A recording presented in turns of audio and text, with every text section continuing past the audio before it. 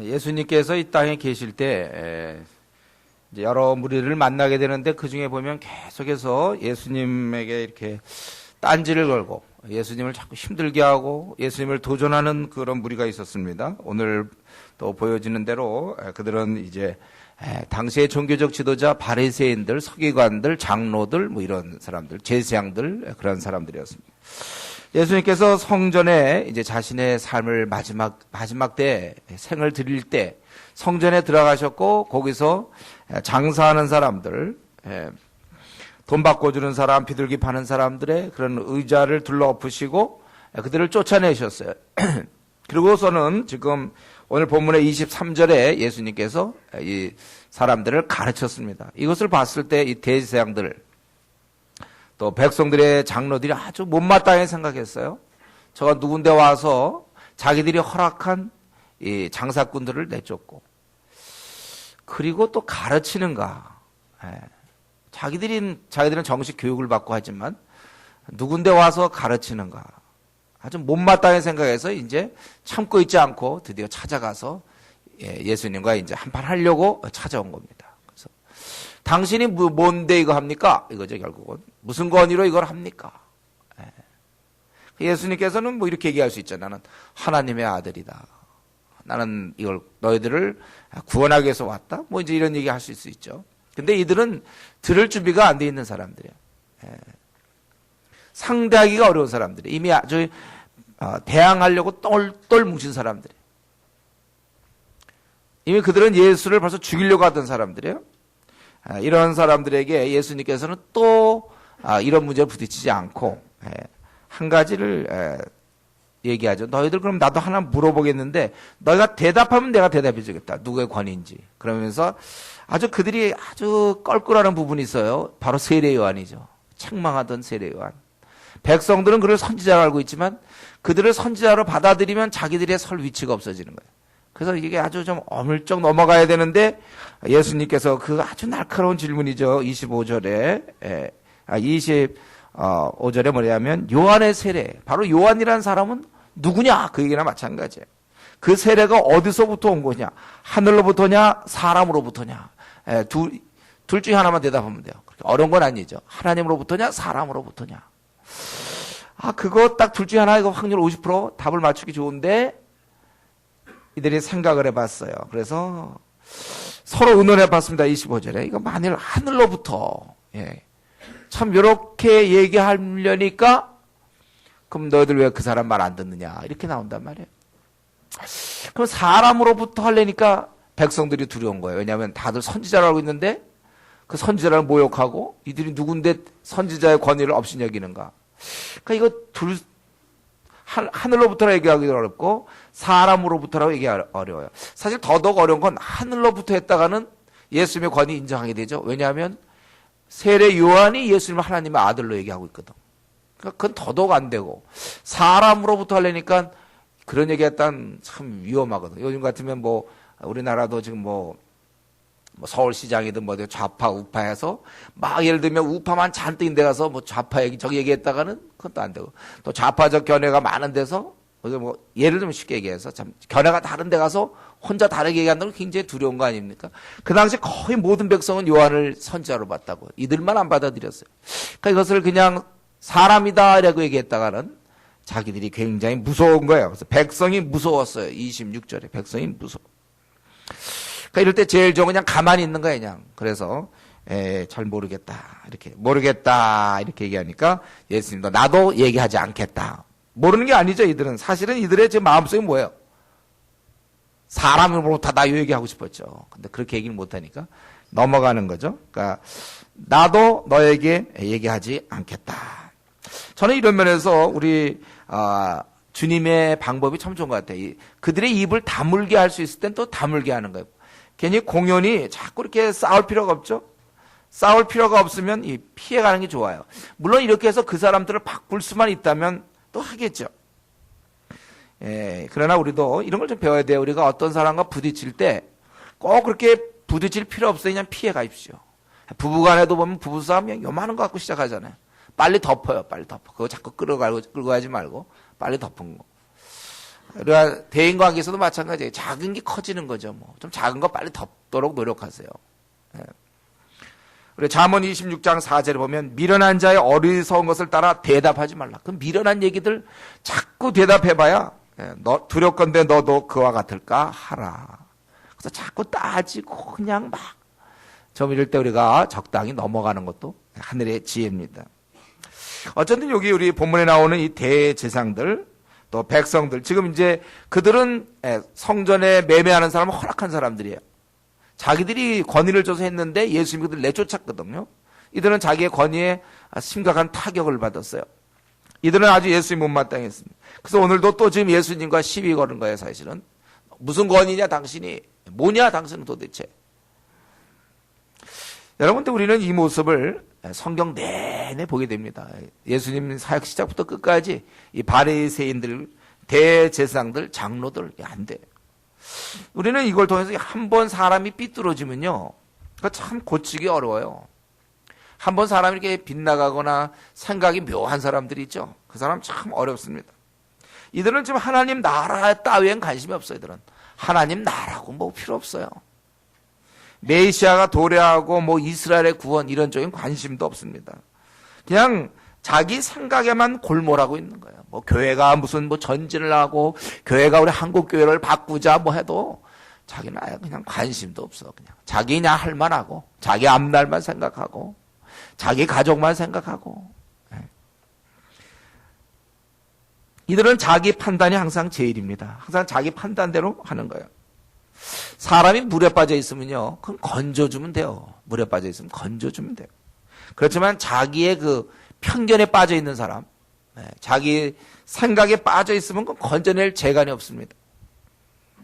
모든 사건을 자기의 그 굳어진 생각에 의해서 또 그동안 자기가 살아온 그 방식, 그 가치관에 의해서 판단하며 살아간다는 거예요. 이것은 굉장히 힘든 얘기죠. 지금쯤 이제 여러분들이 20년, 30년, 40년 이렇게 사셨죠? 50년 이렇게 살아오셨죠? 지금쯤 한번 자기를 돌아보면 좋겠어요. 나는 지금까지, 왜냐하면 내 생각은 계속 생각대로 발전하고 있잖아요. 이거는 자기가 고치는 건데 자기가 그런 생각을 하니까 그래서 계속 이렇게 한다는 것은 그렇기 때문에 우리는 하나님을 믿는 저와 여러분, 이건 좋은 기회가 온 거예요. 우리가 말씀을 통하여 내 생각을 계속해서 객관화시키고 점검해 볼 수 있다는 거예요. 우리가 이런 면에 있어서 내가 지금까지 살아온 방식이 맞는 것인지 우리 한번 생각해 볼 필요가 있는 것입니다. 보통의 경우 이제 자기 생각에 빠져 있는 사람의 특징은 뭡니까, 여러분? 여러분이 생각할 때 뭐예요? 보통 자기 생각에 빠져 있는 사람의 특징, 불평이 많죠. 사람마다 조금씩 불평은 있지만 이상하게 유난히 불평이 많은 사람이 있어요. 남들은 그 정도 상황이면 넘어가는데 혼자 항상 불평이 많은 사람이 있습니다.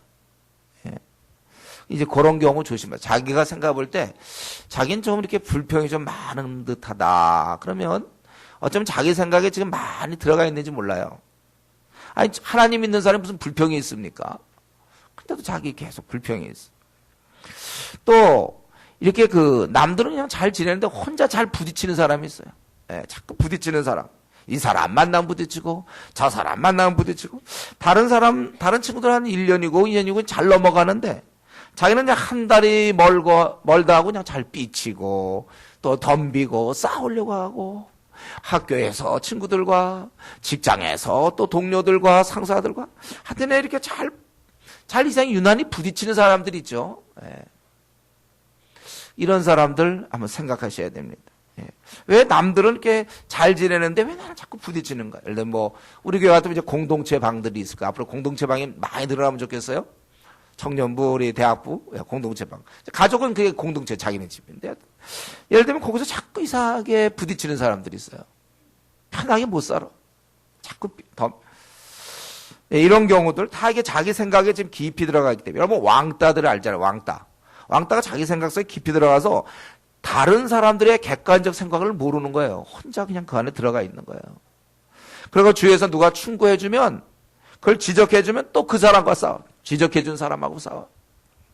자기를 미워한다고 그러죠. 그런 사람들 보통은 나를 미워한다. 충고해주면 미워한다고 그래요. 그러니까 이제 결국 주위 사람 1명, 2명, 3명 점점 아예 그 사람을 충고를 안 하고 내버려 둡니다. 그래서 왕따가 되는 거예요.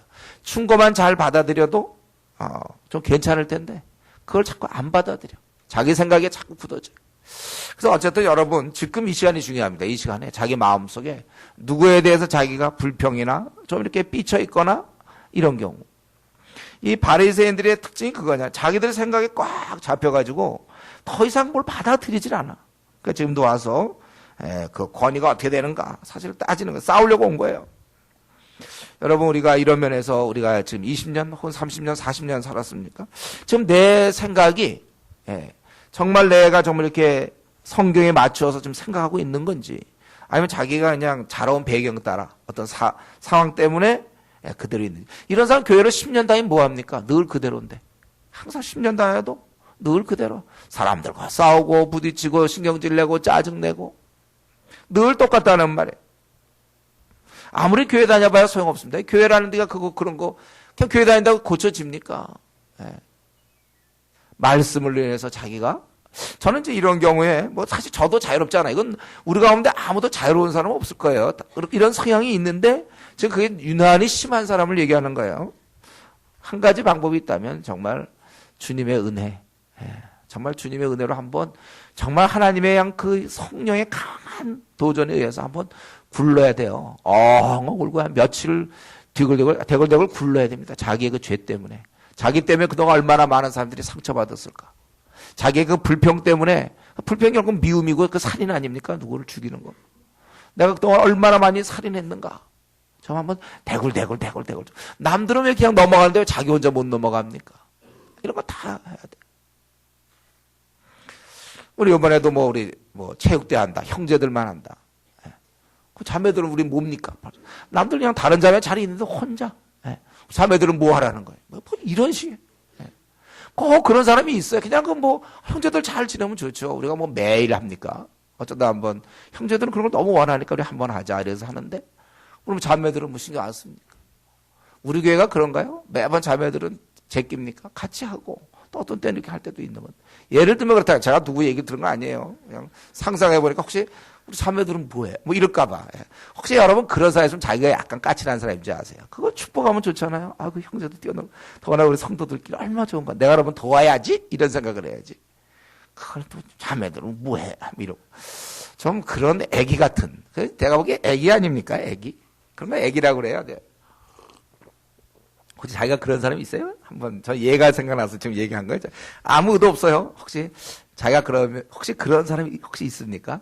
자기 한번 오늘 돌이켜 자기가 바로 그게 까칠류예요. 까칠류. 그런 게 까칠이지 뭐예요.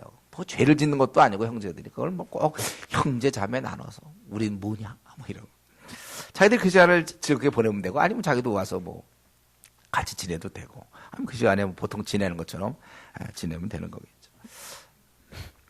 오해하지 마세요. 생각이 나서 그런가 지금 설교하다가. 우리가 좀 이렇게 좀 넘어가고 너그럽고 좋게 생각하고 이래야지. 항상 자기 생각의 틀에 딱 묶여서 한테는 뭐만 있으면 딱 걸고 넘어지는 사람이 있어요. 딱 걸고 넘어지는 사람. 자기 생각을 좀 깨세요. 언제까지 그런 애기 같은 생각 아직도 합니까? 아직까지도 우리 나는 죽었는데 나는 없는데 이렇게 자꾸 자기를 자기 관점에서 생각합니까? 우리 십자가에 우리 자신을 다 못 받고 그래 남들이 다 잘 되면 좋아. 그래서 우리 형제들이 즐겁다면 난 만족이야 이래야지. 우린 뭐냐 이런 식으로. 매사에 그렇다는 거 하나 예를 들었지만 우리가 항상 좀 넘어가고 좀 너그럽고 좋게 좀 생각하는 그것도 다 습관입니다. 그 이제 자라올 때 형성이니까요. 가정 분위기가 좋은 사람들은 이제 그런 데서는 그렇게 형성되고 그렇지 않으면 이제 이런 게 자꾸 남아서 자기를 괴롭히는 거예요. 결국 자기를 힘들게 하는 겁니다. 여러분 불평하면은 어떻게 돼요? 내가 힘든 거죠. 불평하는 동안 화가 나면 내 위장, 내 몸에 있는 장기들이 좋을 거 없고 내 눈빛, 내 얼굴 표정도 자꾸 불평하다 보서 얼굴이 항상 안 좋죠. 감사가 넘쳐야지 하더니 까칠한 거 있잖아. 까칠한 사람 얼굴 좀 보세요, 여러분들. 그 얼굴이 어떤가. 항상 긴장돼 있지 않나요? 편안하지 않고. 고치세요. 우리가 교회만 오래 다니면 뭐합니까? 그런 거 고치면서 다녀야지. PBS 하는 이유가 뭐예요? 말씀에 의해서 내가 고치고 또 고치는 것이지. 예, 그러면서 입을 다물게 하신 주님께서, 그들의 입을 다물게 하신 주님께서는 오늘 본문에 보니까 세 가지 비유를 말씀하시면서 사실 그들을 책망하며 참된 하나님 나라의 백성은 누군가를 말씀하고 있습니다. 이런 거 볼 때 아직도 예수님은 바리새인들을 포기한 게 아니에요. 그런 거 보면. 이들에게 계속해서 책망을 한다는 것도 기회가 있는 거 아닙니까? 이들의 잘못된 것을 얘기하죠. 그러면서 거기 두 아들의 비유가 나오는데 28절에 맏아들은 아버지께서 이렇게 포도원에 가서 일하라 그랬더니 네 그랬어요. 맏아들은 네. 그러고 나서는 가질 않았어요. 가질 않아. 아버지가 가라 그랬는데 네 하고 안 갔다는 거예요. 이제 이 맏아들이 이제 바리새인 같은 경우겠죠. 예. 둘째 아들은 하려니까 나 싫어요. 할 거 많아요. 이러다가 생각해보니까 그건 내가 효도를 해야지. 이러면 되겠는가. 아버지 말씀 순종해야 되겠다. 그래서 뉘우쳤어요. 내가 이렇게 하다니 왜 내가 아버지한테 이렇게 했나. 안 되겠다. 그러고서 자기가 가서 일했다는 거예요. 그러면서 그 둘 중에 누가 아버지의 뜻대로 하였느냐. 31절에. 그러니까 이거 쉬운 질문이었죠. 예? 확률 50%둘 중에 하나니까.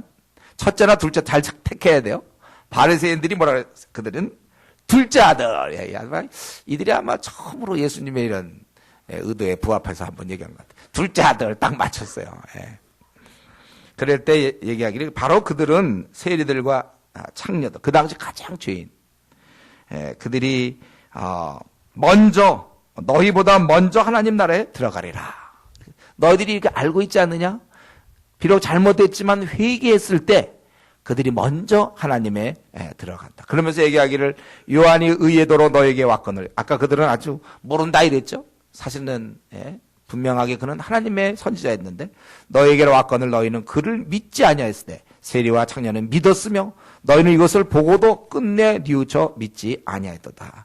이 바리새인들의 잘못은 하여튼 불순종, 믿지 않는 거예요. 불순종하는. 대답은 하고, 그러니까 하나님 뜻대로 그들은 한다라고 말만 해. 그러나 실제에서는 이렇게 거부하는 이 첫째 아들이라니까 바리새인들은. 반면에 당시의 죄인이었던 창녀들, 또 세리들 아주 당시 최고 죄인들이었어요. 그들은 하나님을 거스리는 죄인들이었고 그렇게 살아왔지만 어느 날 요한의 가르침을 듣고 회개하라 천국 갈 것 같다 했을 때 이들은 회개했다는 거예요. 그리고 돌아왔다는 것입니다. 우리가 이걸 볼 때 우리 하나님께서는 이런 행동이 따르지 않는 그러한 것 하나님 별로 좋아하지 않아요. 말만 앞서는 거 좋아하지 않아요. 그러니까 순종하는 걸 원해. 하나님은 순종.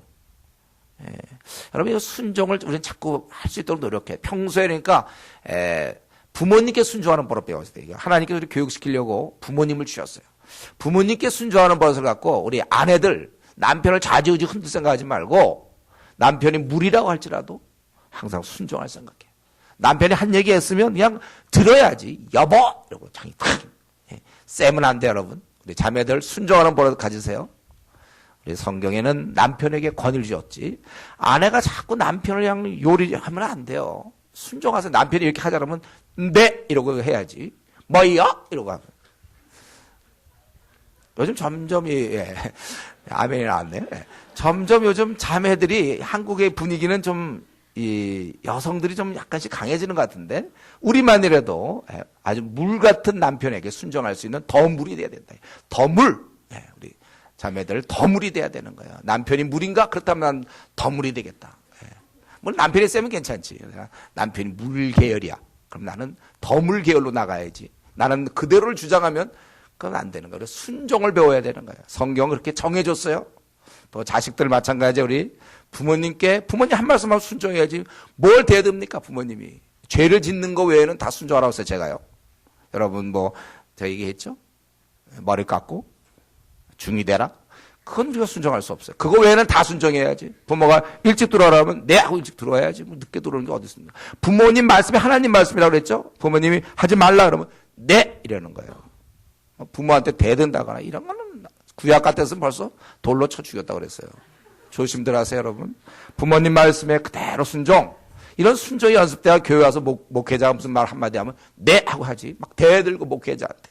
이러면 안 돼요. 조장이 무슨 얘기하면 네 하고 해야지. 조장이고 뭐고 대들고 말이지. 이런 잘못 배운 거예요. 우리가 순종하는 거. 이 바리새인들 순종을 안 해, 이들은. 아버지께서 싫어하시는 것입니다. 여기 얘기했지만 첫째 아들은 네 했지만 가지 않고 둘째 아들은 갔다는 것입니다. 여러분, 우리가 이렇게 하나님께서 우리의 삶을 구석구석 다 보십니다. 우리가 순종을 해야 돼요. 여러분들 PBS를 왜 합니까? 순종하기 위해서 하는 거 아니에요? PBS의 제일 중요한 건 제가 순종이라고 그랬죠. 제가 PBS 강의할 때마다. 이 말씀대로 내가 어떻게 하면 순종할까? 성경에 보면은 거짓말하지 말라. 그래서 내가 이걸 진짜 고쳐서 둘러대던 버릇 다 거쳐야 돼요. 우리가 둘러대면 안 된다고 그랬잖아요. 속이면 더 안 되고. 성경에 우리가 뭐 분내지 말라 그러면 내가 원한을 품고 막 분통해하고 이러지 말라 그랬잖아요. 내가 누구를 미워하면 안 되는 거예요. 가족 중에 누구 한 사람이라도 미워하거나 교회 성도들 우리끼리 서로 미워해서는 안 된단 말이에요. 미워하지 말라 그랬잖아요. 또 우리 그리스도인들은 먼저 섬겨라. 그러니까 내가 항상 손을 발을 움직여야지 가만히 있으면 안 되는 거예요. 섬기라 그러고. 또 성경에는 우리가 쉬지 말고 기도하라고 그랬는데 자기는 쉬고 있으면 안 되잖아요. 기도 생활 해야죠, 여러분들. 우리 그건 박용동 목사가 기도하라고 해서 합니까, 여러분? 여러분이 알아서 성경에는 쉬지 말고 기도하라. 왜? 너의 연약함을 알기 때문에. 우리가 약해서 기도 없이는 절대로 영성이 안 생기거든. 기도 없을 때 계획 세운 것들 다 그건 무효입니다. 그런 계획 해봐야 그건 결국 이 땅에서나 조금 편하거나 하지. 기도하면서 계획을 세워야 되고 항상 기도하면서 여러분 일해야 돼요. 기도 없이 승진되면 그 위험한 겁니다. 항상 차라리 승진을 못하는 한이 있어도 우리가 기도 생활을 꼭 해서 우리가 성경에는 기도하고 깨어있으라고 그랬는데 기도 안 하면 절대 깨어있지 못하게 돼요. 이상해. 눈을 감아줘야만 깨어있고 밝게 보게 되는 거예요. 성경을 우리 보고 쉬지 말고 기도하라. 그럼 우리가 그 말씀 따라서 그럼 내가 쉬지 않고 기도할 줄 늘 기도하는 마음으로 살고 또 시간을 정해서 기도할 거 깨어있으라고 그랬잖아요. 또 먼저 그의 나라 그의 의를 구하라. 그럼 교회가 하고 있는 일에 내가 어떻게 먼저 그걸 해야 되겠구나. 먼저 나의 일을 구하거나 그렇게 하는 게 아니라 여러분 먼저 그의 나라를 구하라는 게 뭔지 모르겠어요. 주님께서 원하시던 거, 주님 기뻐하신 일 이런 것들 우리가 뜻을 정한 것들 열심히 해야 되죠. 또 우리 말씀 가운데서 자라가라. 그러니까 내가 성경에 우리가 절하는 지식에서 자라가라 했으니까 우리가 계속해서 말씀을 연구하고 그래야지. 그냥 교회에서 하라는 거 그냥 물론 이제 시간이 도저히 안 되면 그럴 수 있지만 제가 시간을 내서 정말 이거 한 장 한다고 할 게 아니라 2장도 하고 3장도 하고 열심히 그건 내가 잘하는 건 각자지. 꼭 여기 꼭 평균에 맞춰야 될 이유가 뭡니까? 나에게 혹시 시간이 주어지면 더 열심히 하고 내가 그래도 이제 신앙생활 하지 마서 5년 되고 10년 됐으면 내가 일주일에 한 장 갖고는 안 되겠다. 내가 2장씩 해야 되겠다. 시간을 아껴서 또 부부 같은 경우 부부가 같이 의논해서 더 열심히 해야지. 자꾸 놀 생각만 하면 어떡합니까? 말씀 가운데 자라가라. 성경을 안 보는 우리 한국교회 많은 사람이 성경을 잘 안 봐요. 또 우리 말씀에 우리가 가서 증인이 되라. 가서 이 귀한 사실하고 제자를 삼으라는데 제자를 하나도 안 삼. 성경에는 자꾸 제자 삼으라고 얘기하고 있는데 내가 우리 과에서 내 친구들 제자로 만들어야 돼. 비록 동기생이라도 그들은 영적인 내 제자가 돼야 된다면 어두운 가운데 있으니까 가서 제자 삼으라. 그러니까 내가 어떻게든지 이 말씀 따라한다면 반드시 학교에서 모임을 만들 수밖에 없어요. 제자 삼아야 되니까. 또 직장에서 반드시 신우의 모임을 해서 믿는 사람끼리 모여서 그냥 하는 거 말고 불신자들 제자 삼으라고 그랬잖아요. 성경에. 우리가 정말 성경대로만 하면 되는데 그냥 그런 거 대충 넘어가고 어떻게 보면 세상 사람들과 무슨 차이가 나는지 잘 모르겠어요. 제자도 안 삼고 성경도 잘 안 보고 혹시 이런 생활을 하고 있다면 기도도 깨어있지 않고 그거 이제 영적으로 물론 자는 상태죠. 자는 상태. 또 우리 성경에 보면 범사에 감사하라 했는데 별로 감사가 없어. 어떤 범사에 불평을 하는지 모르겠어. 이것도 불평, 저것도 불평. 성경 우리가 범사에 감사하라고 했으면 내가 범사에 감사해야 되겠구나. 이걸 내가 실천에 옮겨야지. 우리 전도팀 같은 경우 내가 올해 몇 명을 거듭나게 해야 되겠다. 이런 계획을 가지고 여러분들이 임해야 될 것이에요. 그렇죠? 그렇게 하죠. 그것처럼 내가 너무 불평이 많으면 내가 이제 올해는 내 입에서 불평이 안 나오도록 하고 혹시 나오더라도 올해는 예를 들면 3개가 목표다. 내 올해 1년 동안에 3개 이상 안 나오게 해보자. 이렇게. 그리고 이제 내년에는 아예 안 나오게 해보자. 좀 이렇게 나가야지. 아예 그런 걸 애당초 계획이 없어. 그냥 상한선이 없어. 그냥 나와. 상황 따라 나와 불평이. 이래서는 안 돼. 우리가 성경에 우리가 범사에 뭐 하라고 그랬어요? 감사라고 돼 있죠. 근데 이 말씀을 무시하고 범사에 불평하는 사람들이 있어요. 이러면 이렇게 불평, 저러면 저런 불평, 대학부는 대학부대로 불평, 조는 조원대로, 그러니까 대학부에 들어가면 대학부에 그거에 대해서 불평, 조장에 대해서 불평, 또 청년부면 청년부에 대해서 불평, 또 가족부면 가족부에 불평, 또 뭐 해야 되는데 범사에 교회에서 무슨 행사하면 또 그 행사에 대한 불평, 뭐좀 하면 그거 왜 또 그래, 또 중국 하면 중국에 대해서 불평, 또 전도팀 하면 전도팀에 대한 불평, 하여튼 다치는 대로 거리낌 없이 불평하는 거. 성경의 원리가 아니죠. 범사에 감사하라 그랬잖아요. 죄 짓는 일 아니면 우리가 감사하고 항상 그래야 됩니다. 우리 하나님께서는 우리의 삶을 다 이제 보고 계시잖아요. 바리새인처럼 그냥 순종한다고 그러면서 실은 자기 하고 싶은 대로 다 하는 것이 아니라 정말 우리는 좋은 좀 성경대로 상황은 좀 힘들어도 성경에 있는 말씀 그대로 좀 지키려고 애쓰는 그런 사람이 돼야 될 것이고, 우리 여기서 보면 세리들과 창녀들, 이들은 회개를 했잖아요. 이들은 참 이들이 뉘우쳤단 말이에요. 그것을 믿고 뉘우치고, 이 30절에 둘째 아들은 뉘우치고 갔다 그랬어요. 뉘우쳤단 말이에요. 회개한단 말이에요. 여러분, 이 회개라는 참 귀한 것입니다. 과거에 그가 형편없이 살아도 바뀌어질 수가 있는 거예요. 회개에 의해서 전복되는 거예요. 이거 승리자의 모습이에요. 회개는 아무나 하는 것이 아니라, 이거 회개한 사람이 승리자예요. 회개. 우리가 과거에 잘못을 많이 범했어도 요한의 이 가르침을 듣고 이들은 회개해서 그 순간 그들은 깨끗한 거예요. 회개하면 깨끗해지는 것입니다. 우리가 목욕을 할 때 어떤 사람은 목욕을 한 3주 동안 안 했어요. 물론 지저분해 3주 동안 안 했어요. 근데 어떤 사람은 3개월 동안, 한 6개월 동안 안 했어요. 어떤 사람은. 비교해보면 굉장히 지저분 6개월 동안 안 하는 사람. 막 냄새나고 막 지저분. 그러나 그 6개월 동안 목욕 안 한 사람이 이제 목욕탕 가면 무슨 얘기 하려는지 알죠? 거기서 잘 열심히 한 10시간 때를 밀고 다 깨끗이 하면 그 다음에 그런 깨끗한 자가 되는 거예요. 물론 그 2주, 한 주 안 간 사람보다 처음에 6개월 안 간 사람이 굉장히 지저분했겠죠. 그러나 이제 갔다 오고 나면 한 주, 2주, 3주 안 한, 4주 한 사람보다 훨씬 더 깨끗하는 거예요. 우리가 누구든지 하나님 앞에 나가서 회개하면 깨끗해지는 거예요. 마치 6개월 안 한 사람이 가서 깨끗해진 그 상태처럼 우리가 하나님께 회개하면 그 상태가 되는 거예요. 깨끗한 상태. 깨끗한 상태.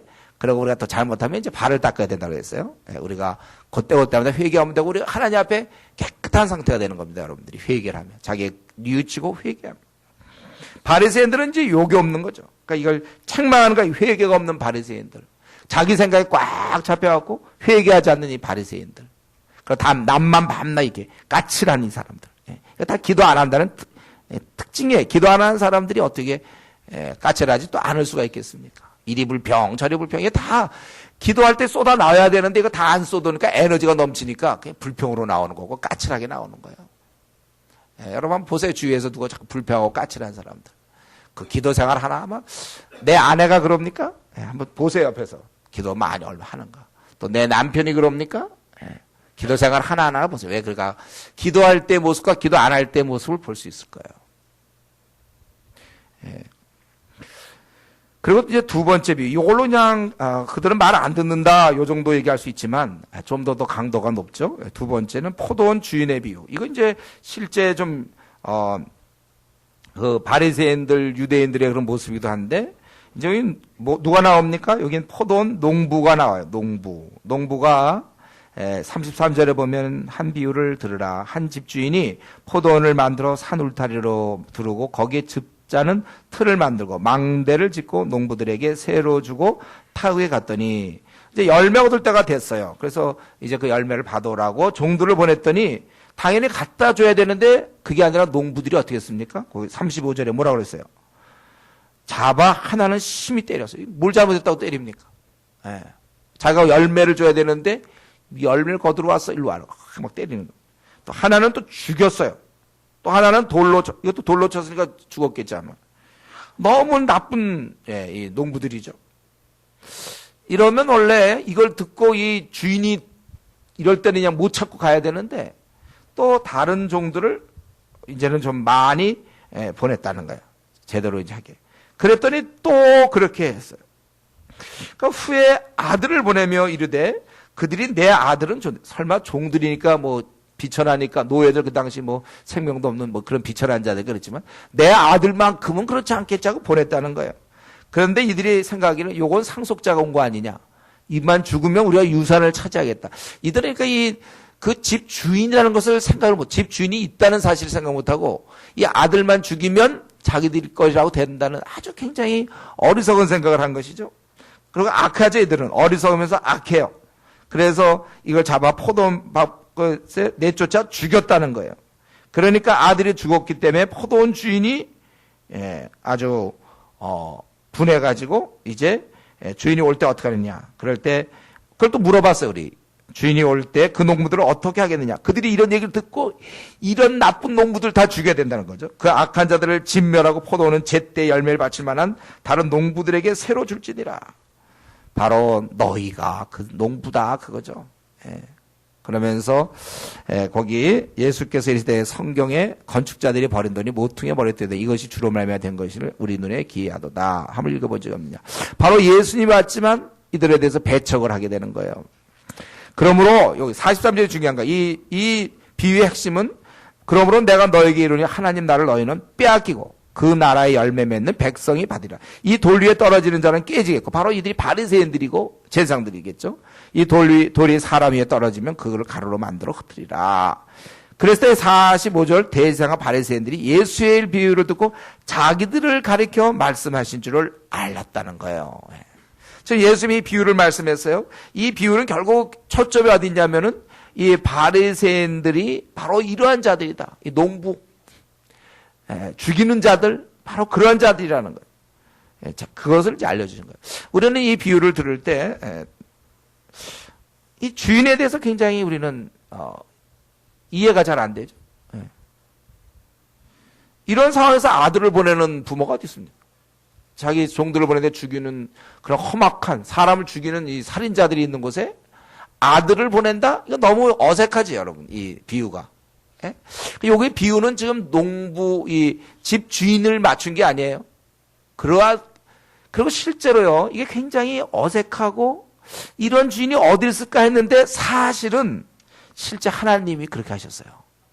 독생자 예수를 이 죄인들이 우글거리는 악인들이 우글거리는 그리고 지금까지 전통 쭉 구약을 보면은 선지자들을 막 죽이고 하나님의 종들을 많이 죽였던 그 유대에 또 보내시는 거예요.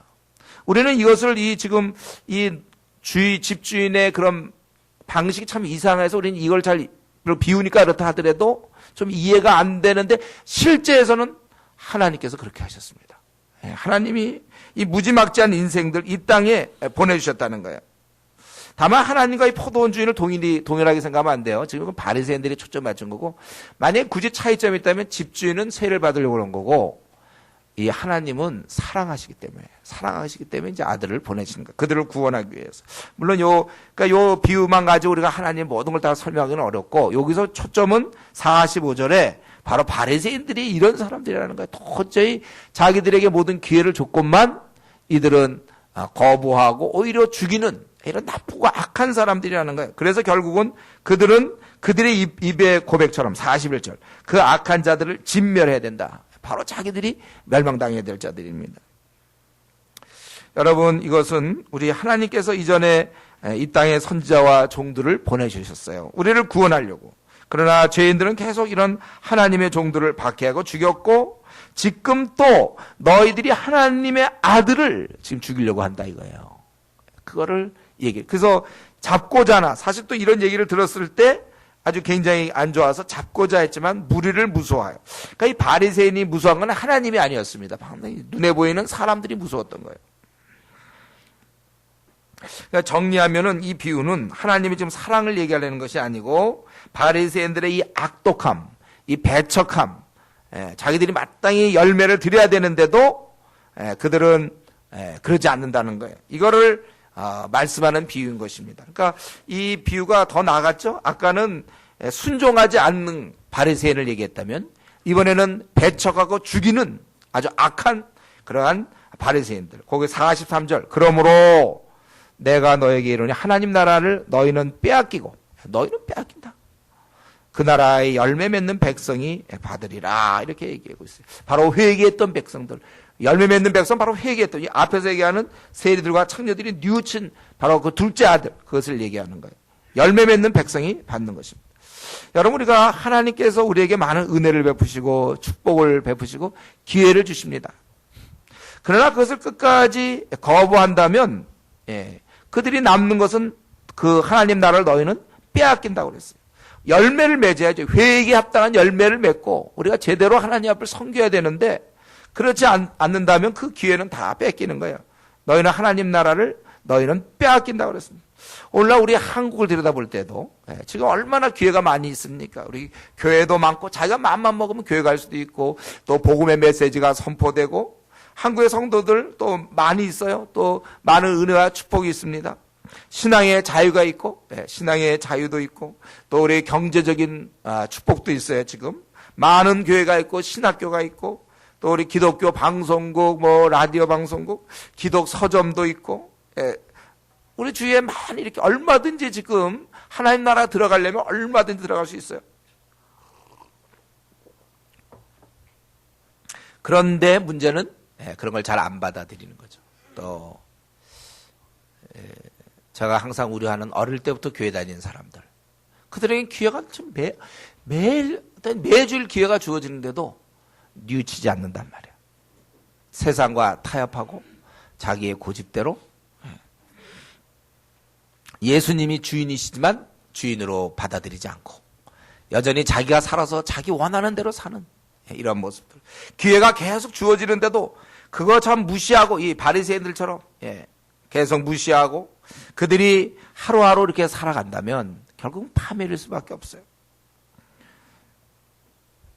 이 바리새인들에게는 하나님이 정말 기회를 많이 주셨죠. 더구나 이 이스라엘 국가 선택 민족의 이들은 지도자였고 그런 많은 기회가 있었지만 이들은 불순종했고 결국은 거부하고 열매 맺기를 거부하고 그럴 때 결국 그들은 다 뺏길 수밖에 없었습니다. 여러분, 우리가 하나님 앞에서 열매를 맺어야 돼. 저와 여러분 회개에 합당한 열매를 맺고 또 살아가면서 하나님 나라 백성으로서 열매를 맺어야 됩니다. 살아가는 것 그거 자체가 중요한 게 아니에요. 우리 그냥 세상적으로 살아가는 거, 뭐 중고등 졸업하고 뭐 직장 들어가고 아니면 대학 들어가고 또 군대도 가고 형제들, 그리고 뭐 결혼하고 또 직장에 가고 승진하고 뭐 직장 생활하고 그거는 이제 또 자식 낳고 자식 키우고 이건 살아가는 것이죠. 근데 살아가는 것 자체가 중요한 게 아니라 무슨 열매를 맺어가는가. 하나님 볼 때 그 열매 맺는 43절 그 나라의 열매 맺는 백성이 받으리라. 정말 회개에 합당한 열매를 맺으며 또 성도로서 합당한 열매를 맺는가. 우리는 이런 면에서 우리의 지금 나의 그 역할을 여러분 생각해 봐야 돼. 우리 직장인들은 어떻습니까? 직장 가면 자기가 어떤 부서가 있을 거 아니에요. 자기 하는 일이 있잖아요. 출근하는 게 중요한 게 아니라 출근을 왜 합니까? 그런 일을 하려고. 그 일을 만약 그런 일을 제대로 못하면 경우에 따라서 회사에서 조금 쫓겨나는 수도 있잖아요. 왜? 회사에서 와서 그냥 아무것도 안 하고 가만히 있으면 회사에서 그럼 아니 뭐 한다고 하고 자꾸 일만 만들고 그러면 회사에서 경우에 따라서는 내보낼 수가 있는 거잖아요. 회사는요. 하나님 나라에서도 마찬가지예요. 하나님 나라에서 하나님 우리에게 열매를 기대하시는데 아무런 열매를 안 믿고 있어요. 그냥 살아가. 그냥 교회만 나와. 뭐 회개하지도 않고 또 변화의 새 사람 되지도 않고 남을 섬기지도 않고 아무런 열매가 없어 도대체. 그거 교회 다니는 사람이나 교회 안 다니는 사람은 하등 차이가 없어. 여러분, 우리가 그렇게 살면 안 돼요. 우리는 물론 오늘 본문에서는 바리새인들에 대한 얘기지만 우리가 이 경고를 들어야 됩니다. 우리 열매 맺어요.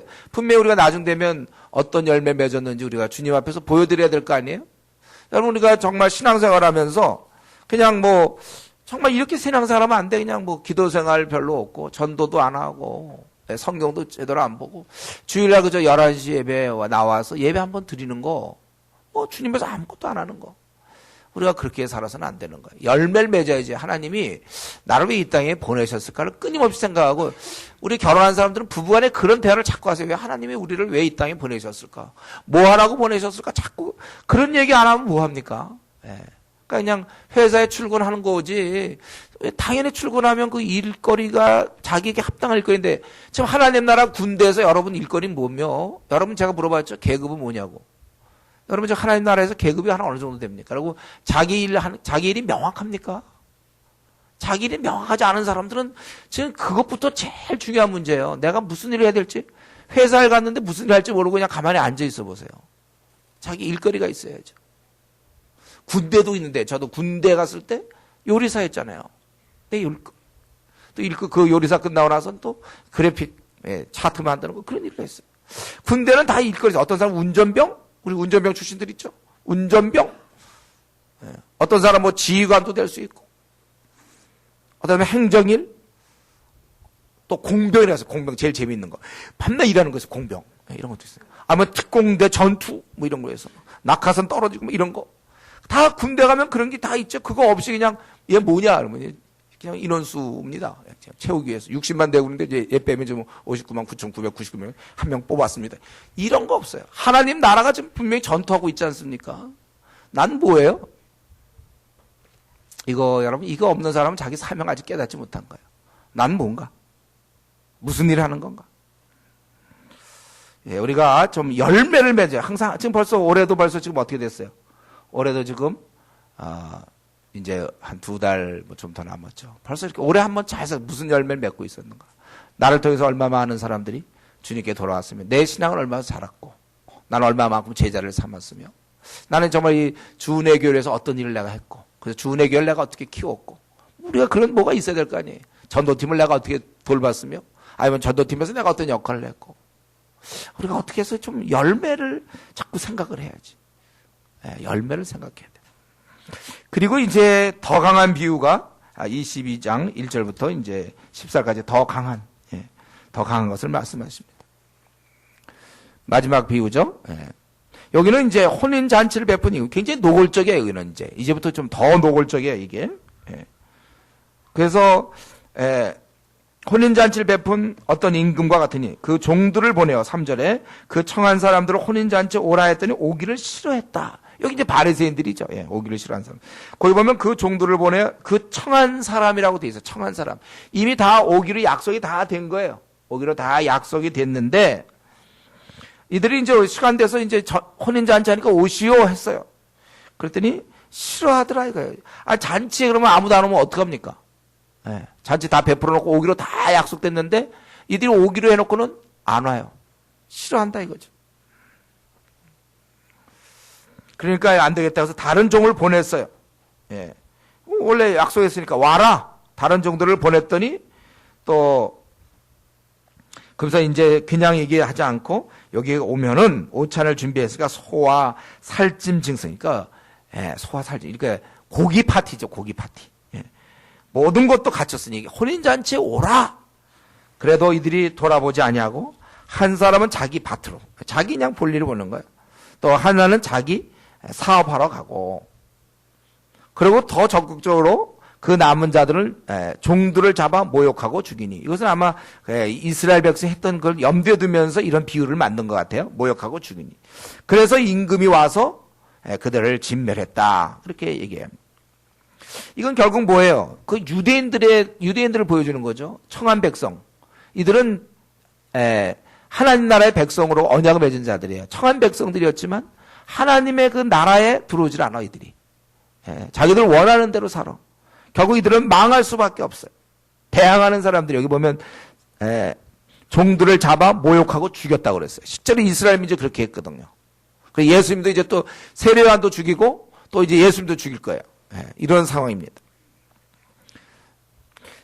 그래서 진멸하고 그 동네를 불살랐다. 여기까지. 그래서 바리새인들이 이제 안 되는 거 여기까지 얘기한 거예요. 근데 이제 여기서 바로 저와 여러분에게 해당되는 게 나오기 시작하는 거죠. 이걸로 끝났느냐? 그렇지 않고 혼인잔치는 계속 있어요. 혼인잔치는 이미 있는 거고 사람이 없기 때문에 이제 8절에 뭐라고 얘기합니까? 청한 사람들은 합당치 않더라. 원래 약속되어 있는 하나님 나라의 백성들, 그러니까 원래 하나님 나라에 들어와야 될 사람들, 청한 백성들은 합당하지 않기 때문에 그래서 네거리의 길로 가서 사람을 만나는 대로 혼인잔치에 청하여 오라. 그러면 아무나 데리고 옵니까? 그렇다야 그렇다. 그래서 여기 특별히 뭐야? 악한 자와 선한 자. 기독교 구원이 바로 이런 거죠. 죄인도 다 구원받을 수 있는 거잖아요. 여기 보면 종들이 길에 나가 악한 자나 선한 자나 만나는 대로 모두 데려오니 혼인잔치에 손님들이 가득하리라. 가득한지라 이렇게 되어 있어요. 예, 지금 많이들 와 있습니다. 이들이 다 청한 사람들이 이제 혼인잔치에 참여하는데 그래서 이걸로 끝나면 좋은데 그게 아니라 한 명이 이상한 일을 했죠. 11절에 보니까 임금이 손님들을 보러 들어올 때 거기서 예복을 입지 않은 한 사람을 봤어요. 이 혼인잔치는 다 예복을 입어야 되는데 예복을 입지 않은 한 사람이 있었다는 거예요. 예.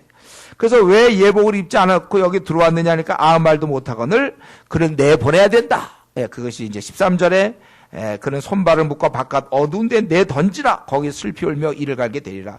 그러면서 청함을 받은 자는 많되 택함을 입은 자는 적으니라. 이렇게 얘기했습니다. 여기에 이제 원래 청한 사람들이 와야 되는데 그들이 오지 않으니까 바로 유대인들이 그런 기회를 놓치니까 이방인인 저와 여러분들 모든 자들에게 내거리에 다니면서 이제 악한 자 선한 자 관계없이 오라 그랬어요. 그런데 여기 보면 이제 아주 포인트 하나가 뭐예요? 예복을 입느냐 그거죠. 어거스틴이 얘기한 대로 이때 식장 입구에서 손님에 대해서 옷이 지급되었기 때문에 그렇다는 거예요. 우리 보면 열왕기 하 10장 22절에 보면 예후가 예복 맡은 자에게 이르되 예복을 내어주다가 무릎 발 성기는 자에게 주라. 하며 저에게 예복을 가져오라. 그들이 어떤 제사를 드릴 때 이런 예복들이 있단 말이에요. 우리 요한계시록 19장 7절 8절에도 보면 그에게 빛나고 깨끗한 세마포 옷을 입도록 허락했다 그렇게 돼 있어요. 세마포를 입게 하셨다는 거예요. 그리고 이제 근동 지방에 보면요, 그 왕을 아련할 때 어떤 이유인지 모르겠지만 옷을 갈아입어서 그러한 예복을 입었다는 증거들이 많이 있습니다. 그리고 오늘 이 분위기를 보면 지금 이 임금이 질문하잖아요. 어떻게 너 예복을 입지 않았냐 이거예요. 당연히 입는 걸로 돼 있고 그리고 왜 한 사람이야? 그러고 보니까 누구나 다 그 당시 예복을 입는 거라는 걸 알 수 있어요.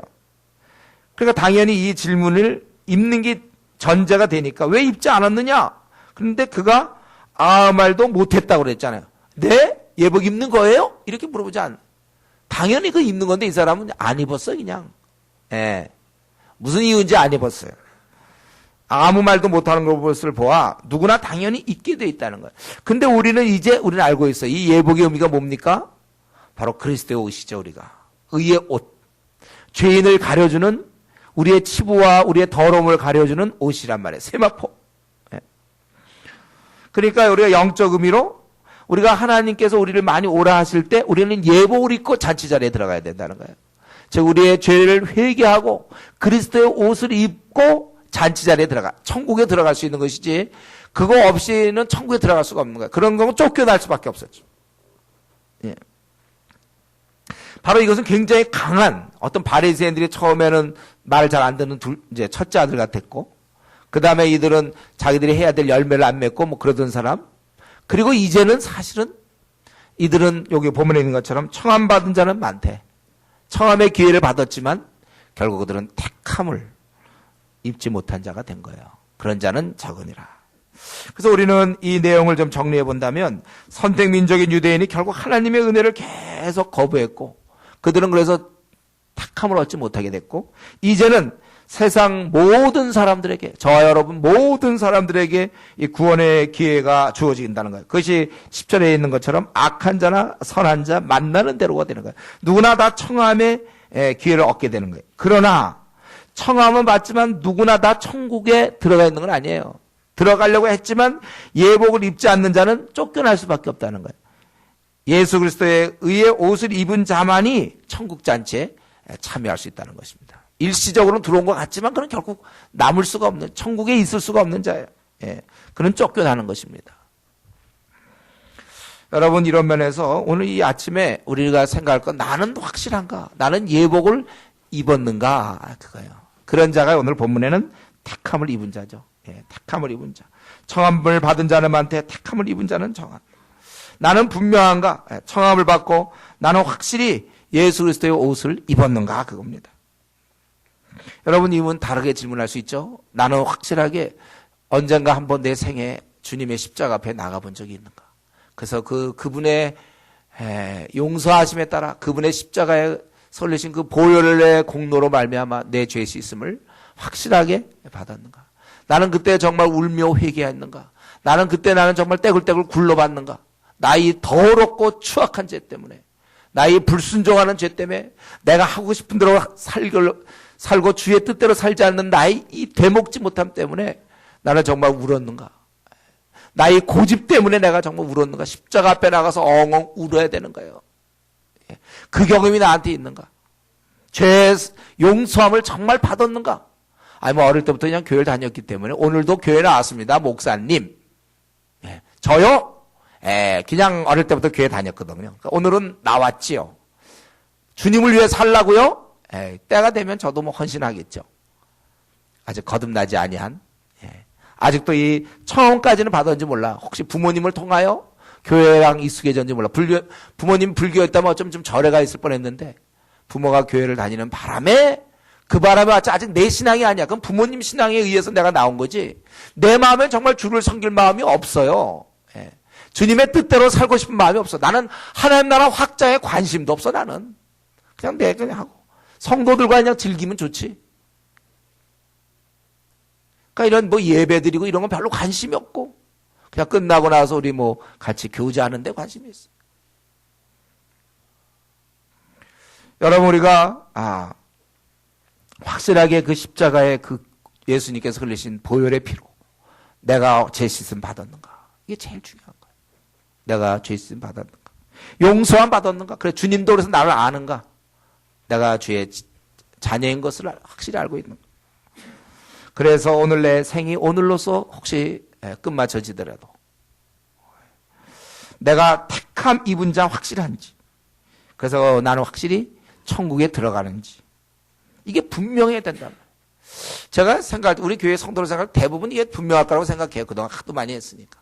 근데 혹시 우리 가운데 아직도 아직도 청함은 받았는데 부모를 통해서 교회를 좀 다녔거나 또 어떻게 해서 어쨌든 교회에 나오는 분명히 우리 중에 그 청함은 받은 것 같은데 택함을 입지 못한 자가 있는가? 그럼 본인도 알아요. 자기가 알아. 제가 주님과 자기가 별로 관계가 없어. 그냥 종교행위 같아. 교회 나오는 것 빼고는 안 믿는 사람과 아무런 차이가 없는 사람.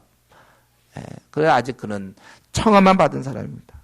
나중에 이제 결국 때가 됐을 때 쫓겨나는 사람. 교회까지는 들어왔지만 그건 청함 받은 사람이지 택함 받은 사람이야. 오늘 주님은 분명히 그래. 이 바리새인들 당시에 오늘날 따지면 목사, 뭐 집사, 장로 이런 사람들한테 너희들은 하나님 나라를 빼앗긴다. 그렇게 얘기하는 거예요. 지금 주님이. 너희들은 청함만 받았지 택함은 너희 못 받은 사람들이다. 여러분 혹시 나는 목사님 저는 이 청함은 받은 것 같습니다. 우리 부모님을 통해서든지 그렇지만 저는 이 택함 받은 것 같지는 않습니다. 택함.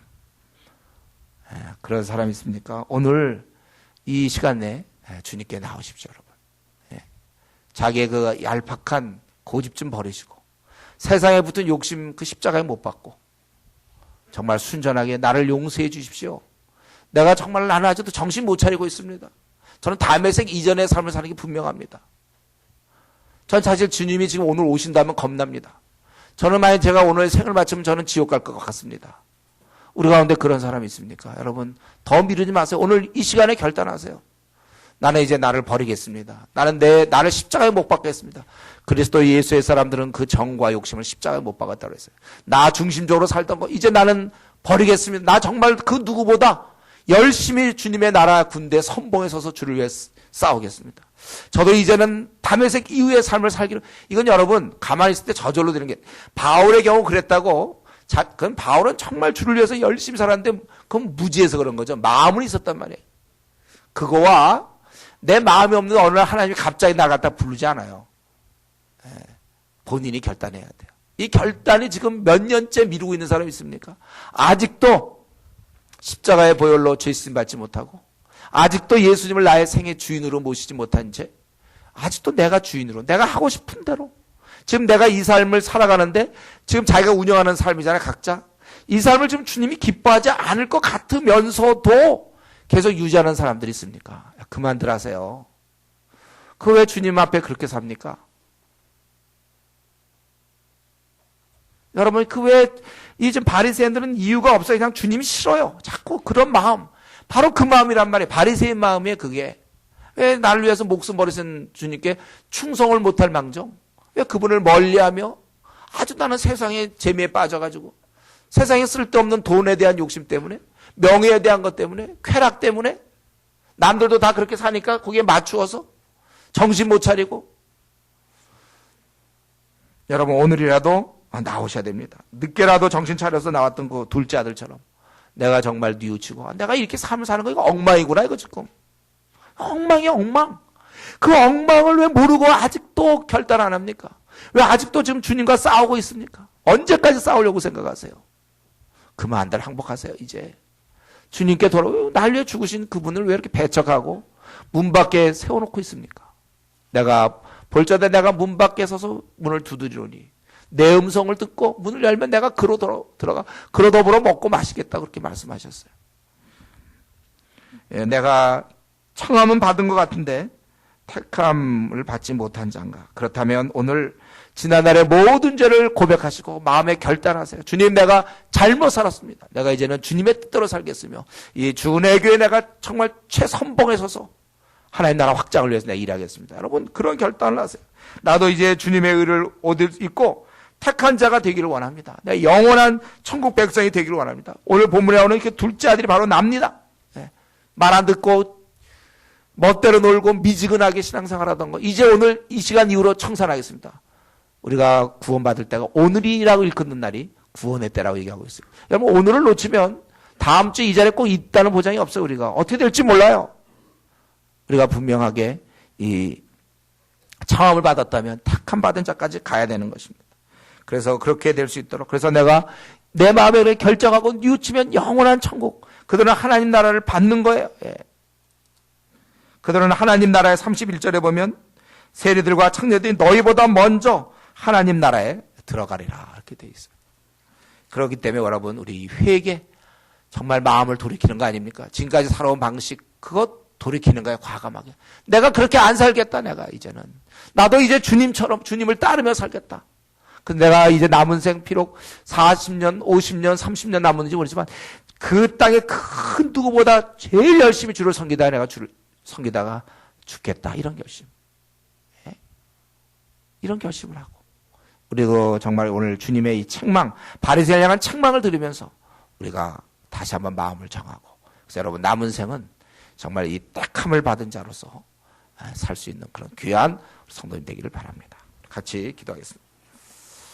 이 시간에 한번 기도할 때 한번 시간을 드리고 싶어요. 한번 자기를 돌아보세요. 나는 정말 청함받은 자인가 택함받은 자인가? 오늘 성경은 청함받은 자는 많이 있다고 그랬어요. 그러나 택함받은 자가 없어요. 택함받은 적다고 그랬습니다. 택함받은 자는 삶이 달라요. 하나님 말씀에 순종하고 어떻게 하면 하나님 나라 확장을 위해서 일할까 항상 그런 생각을 하고 날 위해 십자가에 죽으신 그분께 내 10,000분의 1이라도 혹은 100,000분의 1이라도 보답하는 양으로 내 시간과 내 마음과 정성과 재물을 드리고 싶은 마음입니다. 누가 하라고 해서 하는 게 아니라 그런 분과 자꾸 대화하고 싶어서 기도하게 되고 그분의 말씀을 자꾸 보고 싶은 것이고 이게 우리 정상적이고 그렇지 않다면 내가 어디에서 멈춰져 있는지 내가 어디서 첫사랑을 버렸는지 우리 이 시간에 한번 다시 한번 생각하면서 이 시간 특별히 회개하는 마음으로 저 우리 많이 회개 좀 했으면 좋겠어요. 예. 내가 택함받은 자로서 이렇게 살아도 되는 건지 우리 한번 우리 자신을 들여다보면서 회개하며 기도하겠습니다. 같이 기도합시다.